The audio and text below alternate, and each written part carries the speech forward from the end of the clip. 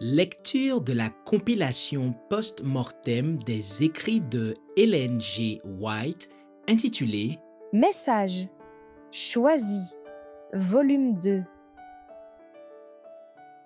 Chapitre 49. Un nom distinctif et un peuple séparé. Ne pas avoir honte de notre nom. Nous sommes adventistes du 7e jour. Avons-nous honte de notre nom? Nous répondons non, non, nous n'en avons pas honte. C'est le nom que Dieu nous a donné. Il est la pierre de touche des églises.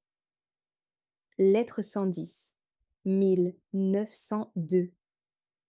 Nous sommes adventistes du 7e jour et nous n'avons pas honte de ce nom. En tant qu'Église, nous devons prendre une position ferme en faveur de la vérité et de la justice. C'est ainsi que Dieu sera glorifié. Nous devons être délivrés des dangers qui pourraient nous prendre au piège et nous corrompre. Si nous voulons qu'il en soit ainsi, nous devons sans cesse regarder à Jésus, le chef et le consommateur de notre foi. Lettre 106, 1903. Notre signe distinctif. Sur le drapeau du 3e ange sont inscrits ces mots: les commandements de Dieu et la foi de Jésus. Nos institutions ont pris un nom qui met en évidence le caractère de notre foi. Nous ne devons jamais avoir honte de ce nom. Il m'a été montré que ce nom revêt une signification profonde, et qu'en l'adoptant, nous n'avons fait que suivre la lumière reçue du ciel. Le sabbat est le mémorial de l'œuvre créatrice, un signe qui doit être maintenu devant le monde. Aucun compromis ne doit être consenti avec ceux qui adorent un sabbat, qui n'est qu'une idole. Il ne faut pas gaspiller notre temps en discussion avec ceux qui connaissent la vérité, sur qui a brillé sa lumière, et qui néanmoins s'en détournent pour suivre des fables. Il m'a été dit que certains hommes emploieront tous les moyens pour amoindrir la différence qui sépare les adventistes du 7e jour de ceux qui observent le 1er jour de la semaine. Tout le monde va participer à cette controverse, et le temps est court. Ce n'est pas le moment de baisser notre drapeau. Sous le nom d'adventistes du 7e jour, il m'a été montré un groupe qui recommande de ne pas trop insister sur le signe qui nous sert de bannière et qui nous distingue, car, dit-on, ce n'est pas le meilleur moyen d'assurer le succès de nos institutions. Mais cette bannière qui nous distingue doit être promenée à travers le monde jusqu'à la fin du temps de grâce. Jean a décrit le peuple du reste de Dieu en ces mots. C'est ici la persévérance des saints, qui gardent les commandements de Dieu et la foi de Jésus. Apocalypse 14, verset 12. C'est en ceci que consiste la loi et l'Évangile. Le monde et les églises s'accordent pour transgresser la loi de Dieu, pour détruire le mémorial divin, et pour exalter un sabbat qui porte la signature de l'homme de péché. Mais le sabbat du Seigneur Dieu doit être un signe montrant la différence qui existe entre ceux qui sont obéissants et ceux qui sont désobéissants. J'en ai vu qui étendaient leurs mains pour ôter la bannière et en obscurcir la signification.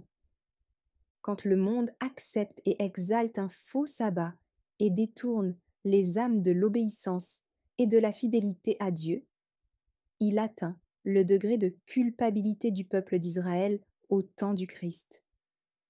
Est-ce qu'alors quelqu'un va cacher son drapeau et se relâcher? Est-ce que le peuple que Dieu a honoré et béni et fait prospérer va refuser de témoigner en faveur du mémorial de Dieu au moment même où ce témoignage est le plus nécessaire? Ne devons-nous pas estimer le commandement de Dieu d'autant plus que la loi de Dieu est méprisée par les hommes? Manuscrit 15, 1896. Le monde nous surveille. Le peuple qui observe les commandements de Dieu est décrit par le prophète comme un peuple dont les hommes s'étonnent. Nous devons être un peuple distinct du monde. Les yeux du monde sont dirigés vers nous, et nous sommes observés par plusieurs sans que nous nous en doutions. Il en est qui ont quelque connaissance des doctrines auxquelles nous disons croire, et ils remarquent l'effet de notre foi sur nos caractères. Ils veulent constater quelle influence nous exerçons et comment nous nous comportons en face d'un monde sans foi. Les anges du ciel nous contemplent. Nous sommes en spectacle au monde, aux anges et aux hommes. 1 Corinthiens 4, verset 9. The Review and Herald, 18 juin 1889. L'avenir du peuple de Dieu. Notre Église a été regardée comme insignifiante et indigne de considération. Mais les choses vont changer. Des événements sont en marche. Le monde chrétien prend actuellement des dispositions qui attireront nécessairement l'attention sur les observateurs des commandements. Chaque jour, la vérité de Dieu est supprimée au profit de théories et de fausses doctrines d'origine humaine. Des plans sont prévus et mis à exécution pour réduire en esclavage les consciences de ceux qui désirent rester fidèles à Dieu. Les pouvoirs législatifs s'opposeront au peuple de Dieu. Chacun sera mis à l'épreuve. Puissions-nous, en tant qu'Église, faire preuve de sagesse et communiquer cette sagesse à nos enfants. Chacune des affirmations de notre foi sera examinée. Si nous ne sommes pas fermement et solidement établis et fixés, grâce à une étude approfondie de la Bible, la sagesse des grands hommes de ce monde sera plus forte que nous. Lettre 12, 1886. Merci d'avoir écouté cette lecture. Si vous avez des questions ou des remarques sur le thème abordé, n'hésitez pas à les partager dans les commentaires et notre équipe ne manquera pas de les considérer. À bientôt sur lereste.org.